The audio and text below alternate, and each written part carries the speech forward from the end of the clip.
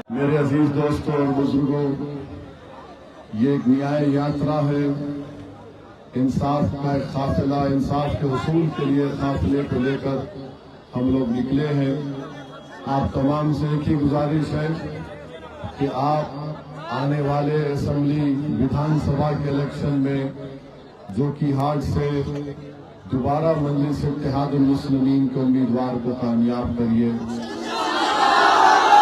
मैं आपको बताना चाह रहा हूं कि पिछले बार आपकी दुआओं की वजह से, आपकी वोट और मेहनत की वजह से अल्लाह सुब्हानहू व तआला ने मजलिस के उम्मीदवार को कामयाब किया था, मगर उस शख्स ने अपने जाती मफादात की तकमील के लिए अपने ज़मीर को बेच दिया और सीमांचल और जोकीहाट की जनता को धोखा देकर अपने जमीन की नीलामी न सिर्फ अपने लिए की बल्कि अपने साथ 3 और को लेकर गए।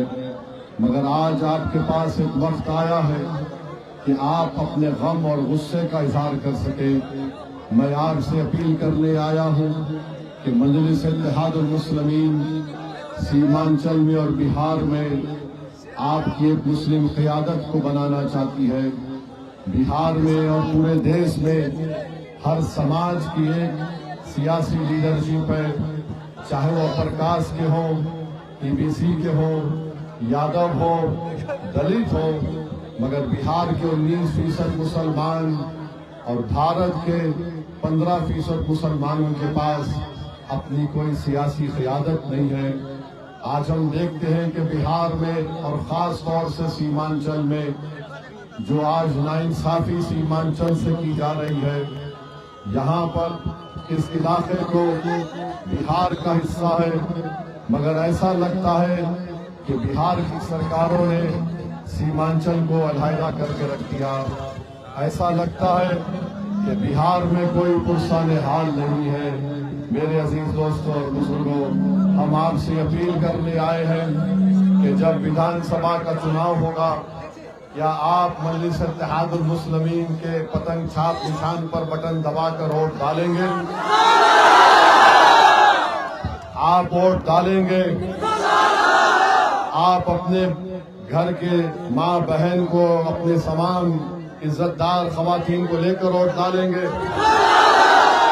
मेरे भाई, दुश्मन कोशिश करेगा, जो लोग गद्दारी करके आपसे गए हैं वो कोशिश करेंगे, आपको पैसा भी देंगे, आप जरूर उनसे पैसा लेना छोड़ना नहीं, उनका जरूर लेना उनसे, लेके जेब में रख के बोलना और फिर आगे बढ़ के बोलना। ये काम आपको करना है। उन्होंने आपको धोखा दिया, आप अगर वो पैसा देते हैं बराबर लो। ये बहुत पैसा कमाए गरीबों का खून चूस कर, ये सीमांचल की जनता को गरीब रखकर अपनी तिजोरियों में इजाफा किया। मेरे अजीज दोस्तों और बुजुर्गों, मिल सके, यहाँ बच्चों को स्कूल मिले, हमारी बेटियों के लिए कॉलेज मिले, इस सीमांचल में यहाँ पर एम्स बने, यहाँ पर पटना हाई कोर्ट की एक बेंच बने, यहाँ पर रेलवे स्टेशन बने, यहाँ पर रेलवे ट्रैक डाली जाए, यहाँ पर पुल बने। ये सब काम करना है। आप जानते हैं कि जोकीहाट में क्या रोड है या नहीं है? इस शख्स ने 5 साल में कुछ नहीं किया। तेजस्वी उप मुख्यमंत्री थे, उसके पास जाकर तलवे चाट रहे थे। अख्तरुल ईमान एक एमएलए रह गए। अख्तरुल ईमान ने अपने विधानसभा में 800 करोड़ के काम मंजूर करवाकर उस काम को भी शुरू करवा दिया। एक 200 करोड़ का एक ब्रिज अख्तरुल ईमान साहब की विधानसभा में अभी तामीर चल रही। ये गए थे अपने साथ 4 एमएलए को तोड़कर, इनको मिल गए, पैसा मिल गया होगा, मगर इन्होंने अपनी विधानसभा की जनता के लिए कुछ काम नहीं किया। तो बहरहाल मेरे अजीज दोस्तों और बुजुर्गों, हमको मुत्तहिद रहना है और हम नरेंद्र मोदी को और अमित शाह को भी पैगाम देना चाहते हैं कि खबरदार, सीमांचल की जनता को आप बदनाम मत करिए। मोदी यहां पर आकर कहते हैं, मोदी अमित शाह यहां पर आकर कहते हैं कि सीमांचल में बांग्लादेशी है। मोदी जी, सीमांचल में कोई घुसपैठी नहीं है। हाँ, दिल्ली में मोदी जी आपकी एक बहन है जो बांग्लादेश की जनता ने उसको भगा दिया था, उसको लेकर आइए, उसको लाइए। सीमांचल से हम उसको बांग्लादेश का रास्ता दिखाते हैं, चले जाओ यहां से। खबरदार बीजेपी आरएसएस को कोंटा पतंग छाप पर वोट देकर तुमको बताएगी यहाँ पर घुसपैठी नहीं है, यहाँ पर भारत से मोहब्बत करने वालों की सरजमीन है। सीमांचल में कोई बाहरी नहीं है, सीमांचल वो जगह है जहाँ पर भारत से मोहब्बत करने वालों की सरजमीन है। तो सुन लो मोदी आरएसएस, तुम आकर हमको हुब्बुल वतनी का सर्टिफिकेट मत दो। अगर तुमको जरूरत है तो हम तुमको बताएंगे वतन से कैसी मोहब्बत की जाती है। तीसरी बात मेरे अजीज दोस्तों और बुजुर्गों, मोदी, अमित शाह, नीतीश कुमार, चिराग पासवान और कुशवाहा साहब ने एक काला कानून बनाया है वक्फ के ऊपर। इस कानून के जरिए बिहार और पूरे देश की मस्जिदों को छीनने की कोशिश की जाएगी, दरगाहों को छीनने की कोशिश की जाएगी, खानखाहों को वीरान करने की कोशिश की जाएगी, कब्रिस्तान की जमीन पर कब्जा करने की कोशिश की जाएगी। जो वक्फ की जमीन पर काबिज हैं उनको मालिक बनाने के लिए कोशिश की जाएगी। और आप जानते हैं कि भारत की पार्लियामेंट में जब इस तरह का काला कानून पेश किया गया था तो देश ने देखा, बिहार और सीमांचल की जनता ने देखा, अगर कोई उस काले कानून को कानूनी दलीलें देकर उस कानून की धज्जियां उड़ाई और उस कानून को कहा यह काला कानून है।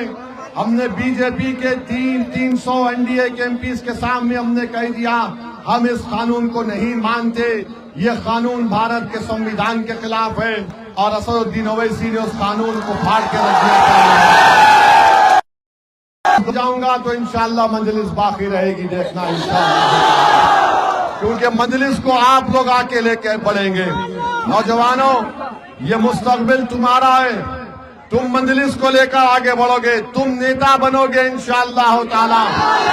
मैं तो अल्लाह से ही दुआ करता हूं कि अल्लाह मुझे इस दुनिया से उठाने से पहले मेरी ख्वाब है, मेरी कोशिश है कि भारत के मुसलमानों की एक लीडरशिप बन जाए, हर रियासत में और खास तौर से सीमांचल में बन जाए कि तुम नेता बनो, मुकद्दर के फैसले तुम अपने करो, तुमको किसी गैरों की चौखट पर जाकर भीख मांगने की जरूरत नहीं पड़ेगी। जब तुम नेता बनोगे तो तुम्हारे पास इतनी ताकत आ जाएगी कि तुम इंसाफ करोगे, तुम जुल्म नहीं करोगे और सीमांचल में खुशहाली आएगी। ये हमारा ख्वाब है, इंशाअल्लाह ताला हम मिलकर इस ख्वाब को पूरा करेंगे, हम मिलकर इस ख्वाब को पूरा करेंगे।